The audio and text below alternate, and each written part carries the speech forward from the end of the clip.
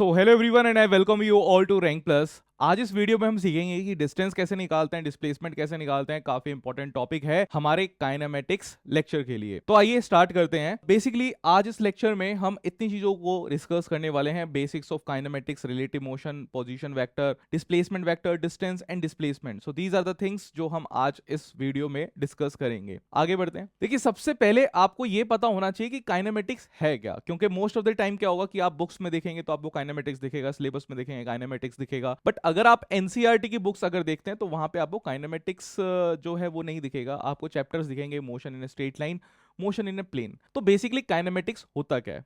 Kinematics हमारे पास एक ब्रांच ऑफ स्टडी है फिजिक्स में, जब हम स्टडी करते हैं, जिसमें हम ये देखते हैं कि मोशन कैसे हो रहा है। हम ये नहीं देखते कि मोशन का कॉज क्या है, हम फोर्सेस नहीं देखते कि बॉडी पे फोर्स कितनी लगी है। हमारा बेसिक क्या है कि हम ये देखेंगे कि उसकी एक्सेलरेशन कितनी है, उसकी वेलोसिटी कितनी है, कितनी वो डिस्प्लेसमेंट कर रहा है, कितना डिस्टेंस कवर कर रहा है। तो हमारे लिए इंपॉर्टेंट ये सब डेटा अगर रहता है तो उसे काइनेमेटिक्स कहते हैं। तो देखिए यहाँ पे है the study we study ways to describe motion without going into the cause of motion. ठीक है, अब काइनेमेटिक्स के हमारे पास बेसिकली काइनेमेटिक्स को मैंने 3 पार्ट्स में डिवाइड कर रखा है। पहला काइनेमेटिक्स है हमारे पास स्ट्रेट लाइन में, जिसको हम काइनेमेटिक्स 1D भी कहते हैं, motion in a straight line भी कहते हैं। सेकंड हमारे पास है projectile motion, motion in a plane, काफी इंपॉर्टेंट टॉपिक है हमारे पास है। और तीसरा इन्हीं दोनों में कॉम्बिनेशन हम पढ़ेंगे कि रिलेटिव मोशन, कि अगर जो ऑब्जर्वर हमारे पास है वही किसी स्पीड से अगर मूव कर रहा है तो उसको कैसा दिखेगा। ठीक है, तो काइनेमेटिक्स के लेक्चर्स को मैं 3 पार्ट्स में डिवाइड कर सकता हूं: motion in a straight line, projectile motion और रिलेटिव मोशन। ये तीनों चीजें अगर आपको आती है तो काइनेमेटिक्स में आपका मतलब दबदबा बना हुआ है। आइए बढ़ते हैं आगे। अब काइनेमेटिक्स में जैसा हमने देखा कि हमें क्या पढ़ना है, डेटा पढ़ना है, क्योंकि चीजें समझ में सबको आ जाती है। कोई चीज चल रही है, हवा चल रही है, आप सबको समझ में आ जाएगी हाँ हवा चल रही है। ट्रेन चल रही है, गाड़ी चल रही है, स्कूटर चल रहा है, सबको समझ में आया कि हाँ चल रहा है ना। बट उससे एसोसिएटेड डेटा, ये जो पढ़ा लिखा इंसान होगा उसी को समझ में आएगा। जिसने फिजिक्स पढ़ रखी होगी उसी को समझ में आएगा कि अच्छा ये डिस्टेंस कवर कर रहा है, ये डिस्प्लेसमेंट कवर कर रहा है, इसकी वेलोसिटी क्या है, इसकी एक्सेलरेशन क्या है। और कई लोग सोचेंगे कि इसका फायदा कुछ नहीं होता प्रैक्टिकल लाइफ में। अरे होता है, सारी की सारी टेक्नोलॉजीज ही इन्हीं सब चीजों से बनी हुई है। एरोप्लेन की अगर हम बात करें, आपको एक्सपेक्टेड टाइम ऑफ अराइवल वो बताता है। गूगल मैप आपको एक्सपेक्टेड टाइम ऑफ अराइवल बता देता है। या फिर ट्रेजेक्ट्री की अगर मैं बात करूं, जैसे डीआरएस होता है क्रिकेट में, तो आपको बॉल की ट्रेजेक्ट्री नहीं बताता कि इतनी स्पीड से बॉल चल रही थी, यहाँ पे टच करेगी कि नहीं करेगी, विकेट को टच करेगी कि नहीं करेगी। तो ये सारी चीजें जो होती हैं बेसिकली आपकी इन्हीं सारी चीजों के बेसिस पर बनती है काइनेमेटिक्स पर। ठीक है, अब वो लोग जो बोलते हैं कि इसका कोई यूज नहीं होता, प्रैक्टिकल लाइफ में कोई यूज नहीं है, वो या तो उस लेवल तक पहुंचे नहीं है या फिर वो अज्ञानी है, उन्हें पता नहीं है। ठीक है, तो ये बात आप समझेंगे। तो अब काइनेमेटिक्स अगर हमें पढ़नी है तो काइनेमेटिक्स से एसोसिएटेड डेटा क्या है? बिकॉज चीजें मूव कर रही है या चीजें चल रही है, तेज चल रही है, स्लो चल रही है, तो हर कोई बोल सकता है, बट कितनी तेज कितनी स्लो, कौन सी ऐसी क्वांटिटीज हैं जिसको हम यूज कर सकते हैं, उसके लिए अगर मैं बात करूं तो काइनेमेटिक्स को एक्सप्लेन करने के लिए हमें 8 डेटा की रिक्वायरमेंट पड़ती है। There are only 8 terms. तो मैंने ये बोला है कि हमारे पास 8 डेटा की हमें रिक्वायरमेंट पड़ती है, और इन्हीं 8 डेटा को जितना स्ट्रांग आप रखेंगे, आपको उनके बेसिक्स पता होने चाहिए कि अच्छा इसका मतलब क्या होता है, उसकी कैलकुलेशन पता होनी चाहिए, उतनी स्ट्रांग आपकी काइनेमेटिक्स रहने वाली है। तो बेसिक से एडवांस लेवल पूरा हम यहां पर करने वाले हैं। आइए पहले देखते हैं कि ये 8 पैरामीटर्स हमारे पास है क्या, बिकॉज ये पैरामीटर्स जितने हमारे स्ट्रांग रहेंगे उतना ही हम अच्छी तरीके से क्वेश्चंस को सॉल्व कर पाएंगे। तो ये 8 पैरामीटर्स हमारे न्यूमेरिकल्स के लिए जो रहते हैं, मैं आपको यहां पर बताता हूं। देखिए, पहला हमारे पास है पोजीशन वेक्टर, कि आपको ये पता होना चाहिए कि बॉडी एक्चुअली है कहां। भाई किस चीज के बारे में बात कर रहे हैं, अगर वही हमें उसकी लोकेशन ही नहीं पता होगी तो कैसे बताएंगे कि उसने कितना डिस्टेंस कवर किया। तो सबसे पहली चीज हमारे पास रहती है कि हम ऑब्जेक्ट की पोजीशन निकाल सकें, और वेक्टर फॉर्म में अगर हम रिप्रेजेंट कर देते हैं तो दोनों चीजें हमारे पास आ जाती है। उसका मैग्नीट्यूड भी आ जाता है कि ऑब्जर्वर से वो कितनी दूर है, और इसके साथ साथ उसकी डायरेक्शन भी आ जाती है कि कौन सी डायरेक्शन में वो है। कैसे निकालते हैं पोजीशन वेक्टर, टेंशन मत लेना, मैं बताऊंगा।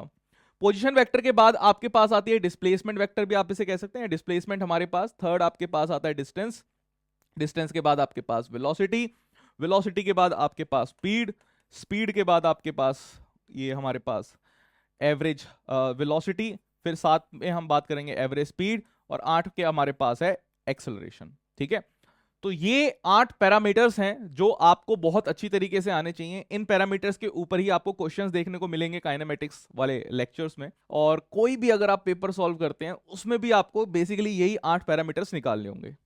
तो जब हमें ये पैरामीटर्स नहीं पता होंगे तो फिर हम कैसे निकालेंगे, सॉल्व कैसे करेंगे, पता ही नहीं लगेगा हमें कि ये पैरामीटर्स क्या कहते हैं। तो उसी चीज को हम यहां पर देखते हैं, ठीक है। तो सबसे पहली चीज आपके पास आती है पोजीशन वेक्टर। अब न्यूटन जो था, न्यूटन ने जो मतलब काइनेमेटिक्स की अगर हम बात करें तो ये बनाई जो है, तो उन्होंने अपने हिसाब से बनाई, यानी कि ऑब्जर्वर मानते हुए बनाई कि मैं ऑब्जर्वर हूं और ऑब्जर्वर हर चीज को देख रहा है, हर ऑब्जेक्ट को देख रहा है और उस ऑब्जेक्ट के बारे में बातें कर रहा है। जैसे आप हिंदी में पढ़ते हैं, कविता रहती है कि कवि इस चीज के बारे में क्या कह रहा है, ऐसे ही हम यहां पर मान के चलते हैं कि ऑब्जर्वर जो है वो किसी पर्टिकुलर ऑब्जेक्ट के बारे में कह रहा है, ठीक है। जब तक ऑब्जर्वर डिफाइन नहीं होगा तब तक उस ऑब्जेक्ट के बारे में भी हम कोई बातें कर नहीं सकते। तो हमें ऑब्जर्वर पता करना है कि ऑब्जर्वर कहां से देख रहा है चीजों को। अगर हमें क्वेश्चन में कभी ऑब्जर्वर नहीं दिया होता, फिर भी हम ये मान लेते हैं कि हमारे पास वो कहीं से स्टार्ट हो रहा होगा, वहां से जहां से भी हम स्टार्ट करेंगे उसको ओरिजिन मान लेते हैं, ठीक है। तो ओरिजिन कैसे मानते हैं, कैसे उसको रिप्रेजेंट करते हैं, देखिए हमारे पास सिंपल सा अगर मैं मेथड बोलूं तो हमारे पास 2D में अगर 2 डायमेंशन में मुझे शो करना है तो हमारे पास X axis Y axis coordinate हमारे पास काम कर जाएंगे। तो आपने ये देखा भी है कि आपके पास एक्स एक्सिस वाई एक्सिस इस तरीके से डेटा रहता है। मैंने बोला ये एक्स एक्सिस है, ये आपके पास एक्स डैश, आपके पास ऊपर वाई, ये आपके पास वाई डैश। अगर कहीं पर भी आप इधर कहीं पर भी आपने कोई पॉइंट अगर रख दिया है, जैसे मैंने यहाँ पे एक पॉइंट रख दिया, इस पॉइंट को अगर आप इस तरीके से शो कर रहे हैं तो ये एक वेक्टर हमारे पास हो गया, ठीक है, राइट। इसको वेक्टर की तरह से हम रिप्रेजेंट कर सकते हैं। बस यहां पर क्या है कि बात यह है कि इसका रेफरेंस जो रहेगा ओरिजिन रहेगा। बट हम 2D में ना दिखा के हम अगर 3D में दिखाना चाहें डेटा को तो हम 3D एक्सेस का भी यूज कर सकते हैं, क्योंकि असली में लाइफ तो कैसी चल रही है आपकी, 3D तो चल रही है लाइफ, 2D थोड़ी ना है। तो आपके पास यहाँ पे अगर बात करें तो आपके पास ये क्या रहेगा, ये रहेगा एक्स एक्सिस, ये रहेगा वाई एक्सिस और ये रहेगा Z axis. X Y Z आपके पास हुआ और एक्स वाई जेड आपके पास है और आपने क्या मान लिया कि आपके पास कहीं पर यहाँ पर पी पॉइंट है। और ये जो पी पॉइंट होगा भाई, अगर मैं यहां पे बोलता तो मेरे पास आता एक्स कोमा वाई। अगर मैं इसमें बोल रहा हूं कि एक्स वाई जेड में तीनों में मैं लेके चल रहा हूं तो मैं इसे बोलूंगा X comma Y comma Z. भाई 2D फिगर और 3D फिगर में यही तो है कि तीसरा कंपोनेंट भी हमारे पास यहां पर आ गया और दोनों का जो रेफरेंस पॉइंट है, यानी कि ऑब्जर्वर जो देख रहा है वो यहां से देख रहा है, ठीक है। अब इस फॉर्म को अगर मुझे वेक्टर फॉर्म में लिखना हो तो किस तरीके से लिखेंगे भाई, इस ओरिजिन वाले को मैं मान सकता हूं कि मेरे पास ये 0,0,0 है। और अगर मुझे ओपी वेक्टर बताना है कि ओपी वेक्टर कितना होगा तो ओपी वेक्टर को बनाने का तरीका हमारे पास रहता है, फाइनल का जो कोऑर्डिनेट है माइनस जो इनिशियल का कोऑर्डिनेट है, तो आप इसे लिख सकते हैं x I cap plus Y J cap plus Z के कैप।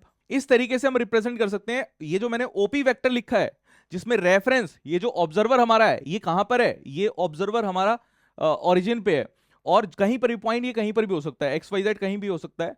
तो ये हमारे पास क्या है, इसको हम बोलते हैं पोजीशन वेक्टर, ठीक है। ऐसा ही अगर मैं कोई दूसरा पॉइंट ले लेता, क्यू पॉइंट मान लीजिए, यहां पे मैंने क्यू पॉइंट ले लिया, ठीक है। इस क्यू पॉइंट को मैंने लिया और इसको मैं नाम दे देता हूं ए बी सी। अगर ये ए बी सी है और मुझे यहां से ओ क्यू वेक्टर निकालना है, हमेशा देखिए ओरिजिन से ही मैं रेफरेंस लेके चल रहा हूं, अगर ओ क्यू वेक्टर मुझे निकालना पड़ जाए तो मेरे पास होगा A I cap plus B J cap plus C K cap.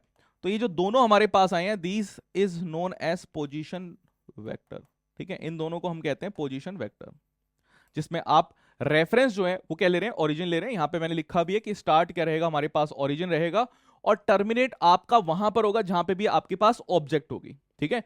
तो ये आपके पास पोजीशन वेक्टर होता है। तो किसी भी ऑब्जेक्ट की पोजीशन को आप बता सकते हैं कि वो ऑब्जेक्ट कहां पे है। एक एग्जांपल लेते हैं, एक इमेजिन करिए कि आपने क्या देख रहे हैं, एक बर्ड को आप देख रहे हैं, ऊपर से आपके पास बर्ड जा रही है। आप अपने आप को रेफरेंस मानिए, अपने आप को एक्स एक्स मतलब जो भी X axis Y axis Z axis आपको बनाने हैं, you will be at the origin. और फिर आप उस बर्ड का जो कोऑर्डिनेट रहेंगे उसको अगर पॉइंट आउट कर सकते हैं कि एक्स एक्सिस में कितना है, वाई एक्सिस में कितना है, जेड एक्सिस में कितना है, तो आप पोजीशन वेक्टर इजीली निकाल सकते हैं, फाइंड आउट कर सकते हैं, राइट। चलिए आगे आते हैं। आगे अगर हम बात करें कि पोजीशन वेक्टर के बारे में, मैंने यहां पे लिखा है कि इसकी डायरेक्शन क्या रहती है। तो डायरेक्शन पोजीशन वेक्टर की हमारे पास रहती है इनिशियल जो ओरिजिन से स्टार्ट हुई थी हमारे पास, और ओरिजिन से जो भी आपके पास गिवन पॉइंट है उसकी तरफ क्या करता है, पॉइंट करता है, ठीक है। तो मैंने देखिए यहां पर यही करा कि डायरेक्शन देखिए आप यहां पर कहां से है, ये ओरिजिन से स्टार्ट हो रहा है और पॉइंट कहां कर रहा है, जहां पे हमारे पास जिस भी ऑब्जेक्ट की हम बात कर रहे हैं, ठीक है, वहां पे हमारे पास ये क्या कर रहा है, पॉइंट कर रहा है। आइए तो पोजीशन वेक्टर, आई होप कि आपको पोजीशन वेक्टर पता लग गया होगा कि पोजीशन वेक्टर कैसे निकालते हैं। पोजीशन वेक्टर के बाद हमारे पास, चलिए एक क्वेश्चन पहले करते हैं फिर उस पर आगे आएंगे। क्वेश्चन हमारे पास है कि which vector is used to determine the position of a particular point with reference to the origin. Reference यहां पे फिक्स है कि ओरिजिन हमारे पास रेफरेंस होगा, किसको निकाल सकते हैं, अभी मैंने आपको बताया कि पोजीशन वेक्टर निकाल सकते हैं, तो हमारे पास इसका आंसर होगा पोजीशन वेक्टर। Next move. अब पोजीशन वेक्टर के बाद हमारे पास एक और वेक्टर है जिसको कहते हैं डिस्प्लेसमेंट वेक्टर। सिमिलर है जैसे पोजीशन वेक्टर होता था कि आपके पास, बट अब डिस्प्लेसमेंट वेक्टर में डिफरेंस क्या रहता है कि अब जो रेफरेंस पॉइंट वहां पे हमने ओरिजिन माना हुआ था, यहां पर डिस्प्लेसमेंट वेक्टर में वो रेफरेंस पॉइंट ओरिजिन भी हो सकता है या फिर कोई दूसरा पॉइंट भी हो सकता है। तो अगर मैं रैंडमली किसी भी पॉइंट को मान रहा हूं या फिर मैं किसी भी पॉइंट को ले सकता हूं, तो उसको हम डिस्प्लेसमेंट वेक्टर कहते हैं। और किसी भी दो पॉइंट के शॉर्टेस्ट डिस्टेंस को अगर मैं डायरेक्टली ज्वाइन कर दूं, तो वही हमारे पास क्या रहेगा, डिस्प्लेसमेंट प्रोवाइड हमें करेगा। ठीक है, तो यहां पर देखिए आपके पास दो पॉइंट्स दे रखे हैं। P1 पॉइंट अगर मैंने मान लिया कि x1 y1 z1 हमारे पास है, और P2 पॉइंट आपके पास x2 y2 z2 है, जो अभी मैंने आपको कोऑर्डिनेट्स बताए थे इस तरीके से कि ये आपके पास x एक्सिस है, ये आपके पास y एक्सिस है, और ये आपके पास z एक्सिस है। ठीक है, तो मैंने इस तरीके से कोऑर्डिनेट्स आपको बताए थे, और यहाँ पे इस कोऑर्डिनेट में आपने कहीं पर भी कोई पॉइंट ले रखा है, आपने मान लीजिए कि P पॉइंट ले रखा है P1, और कहीं पर आपने P2 पॉइंट ले रखा है। ठीक है, तो अब हमें क्या निकालना है, देखिए P1 P2 अगर आप निकाल रहे हैं, डायरेक्शन देखिए P1 P2, यानी कि आपके पास P2 जो है वो फाइनल है x2 y2 z2, राइट। इसके जो कोऑर्डिनेट्स आपके पास हैं ये है x1 y1 z1, जिस पर आप जा रहे हैं उसका फाइनल कोऑर्डिनेट माइनस जो आप जहां से गए हैं उसका इनिशियल कोऑर्डिनेट। तो आप यहां पे लिखेंगे x2 minus x1 i cap, y2 minus y1 j cap, z2 minus z1 k cap. तो इस तरीके से हम लिखेंगे। आइए एक एग्जांपल से मैं और बताता हूं कैसे हम डिस्प्लेसमेंट वेक्टर निकालते हैं pq।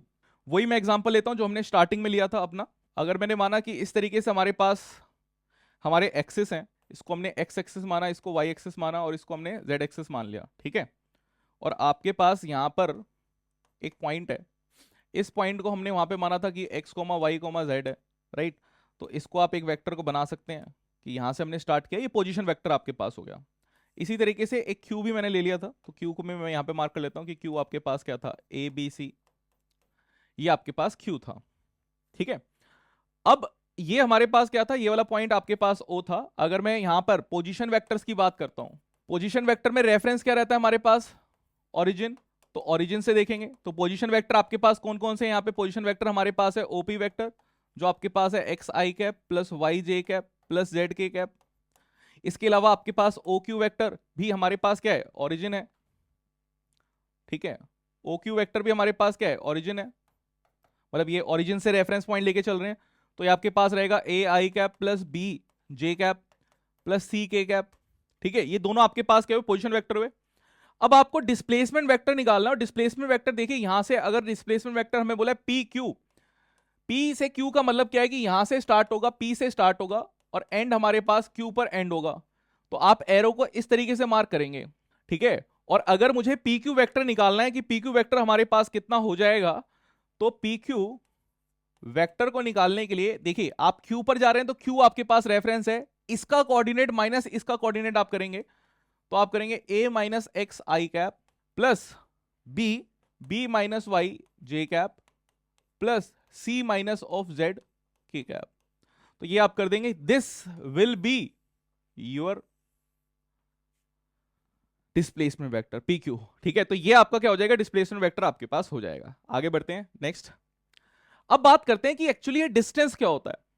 अभी मैंने बात करी कि हम पोजीशन कैसे बताते हैं कि एक पॉइंट कहां पर है, दूसरा पॉइंट कहां पर है, ऐसे हम पोजीशन कैसे बताते हैं। तो पोजीशन वेक्टर और डिस्प्लेसमेंट वेक्टर हमारे पास रहता है। डिस्टेंस होता है हमारे पास कि एक्चुअली जो बॉडी हमारे पास है वो कितना डिस्टेंस मूव कर रही है, क्या उसका एक्चुअल पाथ है, वो भी हमारे लिए काफी इंपॉर्टेंट है कि किस पाथ से वो गई है, एक्चुअली में कितना ट्रेवल करेगी। मान लेते हैं कि एक कार है, आप अपने घर से निकलते हैं कार में, आप पूरे दिन चक्कर लगाते हैं कार में और फिर वापस घर पर आ जाते हैं, तो आपकी कार का जो पहिया है वो क्या होगा, वो तो घिसेगा। आप गलत किसी रास्ते में चले गए तो और ज्यादा घिसेगा, राइट, खराब जल्दी हो जाएगा। तो आपके लिए इंपॉर्टेंट ये है कि आपके लिए पाथ इंपॉर्टेंट है कि आप पहुंचे कहां पे। दूसरा एग्जांपल मैं देता हूं, अगर मैंने ये स्मार्ट वॉच पहन रखी है, तो स्मार्ट वॉच पहन के मैंने, अगर मैं आगे चल रहा हूं या पीछे चल रहा हूं, ठीक है, अगर मैं आगे फॉरवर्ड मूव करूं या बैकवर्ड मूव करूं, तो ये सारी चीजों को क्या करेगा, नोट डाउन करेगा कि नहीं करेगा, नोट डाउन करेगा कि आज सर ने 2 कदम आगे चले, 2 कदम पीछे चले, तो ये 4 कदम को क्या करेगा, ऐड कर लेगा। तो डिस्टेंस हमारे पास क्या होता है कि एक्चुअल पाथ होता है जो बॉडी ट्रेवल कर रही है। यहां पे हमारे पास एक्चुअल लेंथ और एक्चुअल पाथ आप लेके चल सकते हैं कि हमारे लिए ये चीज इंपॉर्टेंट है, पार्टिकल कितना ले रहा है।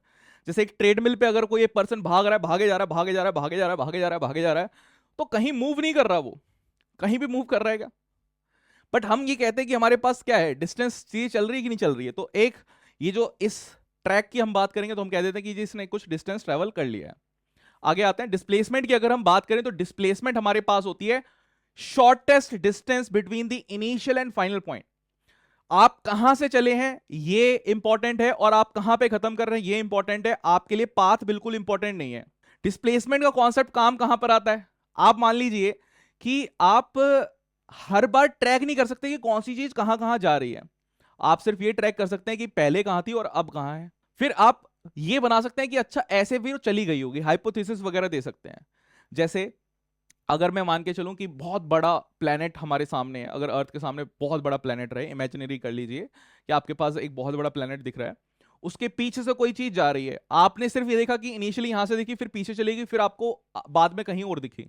तो आपको सिर्फ ये इंपॉर्टेंट था कि वो स्टार्ट कहां पर हुई, एंड कहां पर हुई। ठीक है, आप अगर वो चीज देखेंगे तो आपके पास रहेगा डिस्प्लेसमेंट। जैसे अगर ये ऑब्जेक्ट हमारे पास यहां से स्टार्ट हो रही है, ये this is the starting point, ये इस पाथ को फॉलो कर रही है। देखिए कर्व हमारे पास ऐसे चला, तो ये इस पाथ को फॉलो करते हुए घूमते फिरते हमारे पास इस पॉइंट पर पहुंच गया। ये वाला पॉइंट क्या है, यहां पर एंड कर रहा है।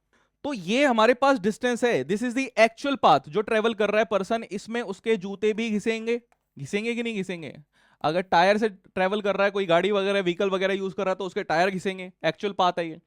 बट अगर कोई पर्सन ऑब्जर्वर कोई है, उस ऑब्जर्वर को दिखेगा कि यार इसने यहां से स्टार्ट किया तो यहां पे खत्म है। जैसे कई लोगों के जो पेरेंट्स होते हैं वो वर्किंग रहते हैं, तो क्या होता है जब वो वर्किंग रहते हैं तो मान लिया कि आप सुबह उन्हें दिखे पढ़ते हुए टेबल पे, फिर वो शाम को आए, शाम को या पढ़ते हुए दिखे। ऐसा थोड़ी ना कि आप पूरे दिन पढ़ रहे होगे, आप तो घूम फिर के आ रहे हैं।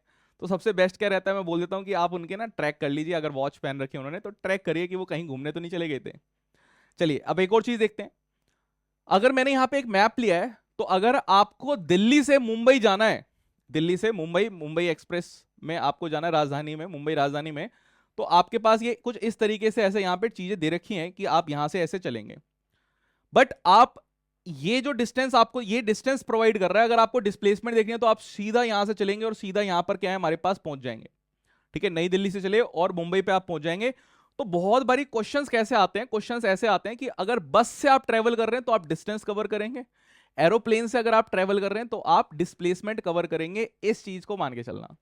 ठीक है, कुछ क्वेश्चंस में हम ये हाइपोथेसिस लेंगे कि वो डायरेक्टली जा रहा है। ठीक है, तो ये भी ऐसे क्वेश्चंस हैं एचसी वर्मा बुक में कि आप जब एरोप्लेन से ट्रेवल करेंगे तो आप लेंगे कि हमारे पास डिस्प्लेसमेंट ट्रेवल हुई है, और जब हम बस वगैरह से जाएंगे तो हम देखेंगे कि डिस्टेंस हमने ट्रेवल करी है। ठीक है, आगे आते हैं। एक बेसिक डिफरेंस देखते हैं कि हमारे पास डिस्टेंस और डिस्प्लेसमेंट में क्या हमारे पास डिफरेंस रहता है। तो डिस्टेंस हमारे पास होता है कि एक्चुअल पाथ जो ऑब्जेक्ट ने ट्रेवल किया है, डिस्प्लेसमेंट हमारे पास होता है शॉर्टेस्ट डिस्टेंस जो ऑब्जेक्ट ट्रेवल कर रही है। ये डिस्टेंस एक स्केलर क्वांटिटी होती है, डिस्प्लेसमेंट एक वेक्टर क्वांटिटी होती है। डिस्टेंस हमारे पास जो है वो नॉन जीरो भी मतलब नहीं होगा। ठीक है, नॉन जीरो हमारे पास नहीं होगा फॉर अ क्लोज्ड पाथ, यानी कि आपने चलना अगर स्टार्ट किया है तो डिस्टेंस कभी जीरो नहीं हो सकता। बट अगर मैं डिस्प्लेसमेंट की बात करूं तो डिस्प्लेसमेंट आपके पास जीरो हो सकता है फॉर अ क्लोज्ड पाथ। आप कहीं से स्टार्ट हुए और कहीं पर आके आप वहीं पर खत्म हो गए, तो अगर आपका स्टार्ट और आपका एंड अगर वहीं है तो आपकी डिस्प्लेसमेंट तो जीरो हो गई है। ठीक है, डायमेंशंस की अगर हम बात करें तो सेम डायमेंशंस इन दोनों के होते हैं, लेंथ ही है तो सेम डायमेंशंस हमारे पास दोनों के रहते हैं। ठीक है, आइए इन पे कुछ न्यूमेरिकल्स करते हैं डिस्टेंस एंड डिस्प्लेसमेंट पे। यहां पर देखिए क्वेश्चन आपके सामने है। क्वेश्चन बोला है कि a man has to go 50 metre due east, 50 metre due north, 40 metre due east and 20 metre due south. आपके पास ये चीजें दे रखी हैं, कैसे मूव कर रहा है। ऐसे टाइप के क्वेश्चंस के लिए सबसे पहले जरूरी आपको रहता है कि आपको पता हो कि डायरेक्शंस को कैसे निकालते हैं, ऐसे ईस्ट वेस्ट नॉर्थ साउथ। तो आपने ये निकाला, आपके पास सबसे पहले आप गए 50 मीटर नॉर्थ, तो 50 मीटर आप नॉर्थ चले गए। इसके बाद आप 40 मीटर ईस्ट चले गए। ठीक है, 20 मीटर आप साउथ चले गए। देख रहे हैं, तो आप यहां पर क्या है, यहां पर आके आप रुक गए हैं। ठीक, अब ध्यान से देखेंगे, अगर ये 20 है तो ये भी 20 होगा, और इसको मैं ले सकता हूं कि ये 30 मीटर होगा, ये आपके पास 40 मीटर होगा। ठीक है, और ये आपके पास कितना आएगा, ये 3 4 5, ये आपके पास 50 मीटर यहां से आ जाएगा। मैंने माना कि मैंने ए से स्टार्ट किया था, फिर यहां पर बी पर गए, फिर यहां पर सी पर गए, और फिर अल्टीमेटली हम यहां पर क्या है, डी पर एंड हो गए हैं। ठीक है, आपसे पूछ रहा है कि distance he has to walk to the field, तो कितना डिस्टेंस ये ट्रेवल करेगा, हमसे ये पूछ रहा है। तो डिस्टेंस तो आपके पास एक्चुअल पाथ है जो भी आप ट्रेवल कर रहे हैं, कि पहले आपने कितना डिस्टेंस ट्रेवल किया 50, फिर आपने 40, 90 हो गया। 90 प्लस 20 आपने किया तो 110 आपके पास क्या आया, टोटल डिस्टेंस आपके पास आ गया कि कितना आपने ट्रेवल किया। एक कदम आगे चलोगे, एक कदम पीछे भी चलोगे, उसको भी आप डिस्टेंस में क्या करोगे, कैलकुलेट करोगे। इस चीज का ध्यान रखना। आगे आते हैं। फिर देखिए यहां पर सेम ही क्वेश्चन है, बट आपसे पूछ रहा है कि डिस्प्लेसमेंट आपके पास कितनी है ना। ये पूछ रहा है कि what is the displacement from his house to the field, की कितनी डिस्प्लेसमेंट आपके पास होगी। तो डिस्प्लेसमेंट के लिए अगर हम बात करें, फिर से वही काम, आपके पास ये क्या गया, 50 मीटर इधर गया, 40 मीटर इधर गया, 20 मीटर हमारे पास यहां पर आया।